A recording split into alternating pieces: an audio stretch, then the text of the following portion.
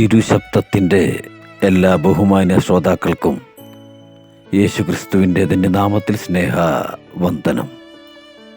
ഇന്നത്തെ ചിന്തയ്ക്കായി ലൂക്കോസ് എഴുതിയ സുവിശേഷം 22-ാം അധ്യായം 62-ാം വാക്യം വായിക്കുന്നു. പത്രോസ് ഓർത്ത് പുറത്തിറങ്ങി അതിദുഃഖത്തോടെ കരഞ്ഞു.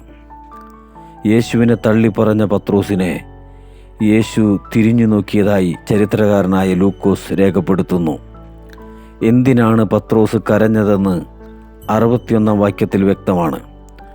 ഇന്ന് കോഴി കൂകും മുൻപേ നീ 3 വട്ടം എന്നെ തള്ളിപ്പറയും എന്ന് കർത്താവ് തന്നോട് പറഞ്ഞ വാക്ക് പത്രോസ് ഓർത്തപ്പോഴാണ് അതിദുഃഖത്തോടെ താൻ കരഞ്ഞത്.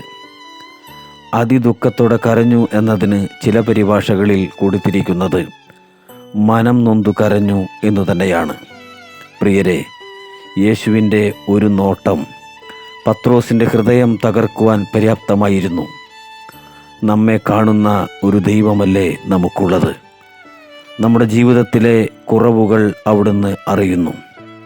അതുകൊണ്ട് തന്നെ ഹൃദയനുറുക്കം ഉണ്ടാകണം. യേശുവിനെ തള്ളി പറഞ്ഞതിലുള്ള വിഷമം പത്രോസിനെ ഭരിച്ചു. അത് അവനെ അനുതാപത്തിലേക്ക് ആനയിച്ചു.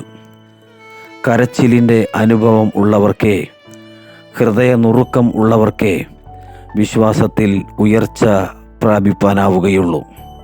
പ്രിയരെ, പരാജയങ്ങൾ സ്വാഭാവികമാണ്. എന്നാൽ അവിടെ നിന്ന് എഴുന്നേറ്റ് അനുതാപഹൃദയത്തോടെ കർത്താവിനരികിൽ വരണം.